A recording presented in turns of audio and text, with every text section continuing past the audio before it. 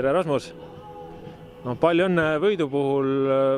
Esimene poolaeg läks küllalt raskelt, aga kas see teise poole algus oli see, mis selle mängu lõplikult otsustas?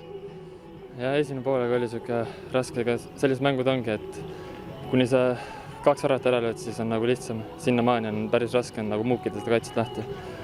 Ja teine poolaeg läksime täiega peale ja tuli 2 väravat ära kohe ja siis oli tehtud. No esimesel poolel tunduski, et palli küll vallasite, aga võib-olla natuke intensiivsus jäi kohati madalaks. Teisel poolel tulite hoopis teise intensiivsusega. Kas oli Roogit see, kes poolel natukene ergutas teid, et tuleb natuke kiiremini neid asju teha? Natuke ergutas, et olime natuke palli kuimased ja tahtsime keskelt liiga palju nagu minna palliga. Nagu äärtest tahtsime nagu rohkem. Ja teine poolel läksimegi äärtest ja see nagu edu tõigi rohkem. No, sa oled ise Pärnu mees, eelmisel hooajal ka Vapruses mängisid. Kuidas siis endise koduklubi vastu mängida oli? Tore oli näha sõpru. Muud ei ole. Mäng nagu iga teine siiski. No tabelis nüüd vähemalt ajutiliselt tõusite esimeseks. Nüüd tuleb kerge koondispaus ka vahele. Kuidas praegu selle seisuga rahul olete, mis tabelis vastu vaatab?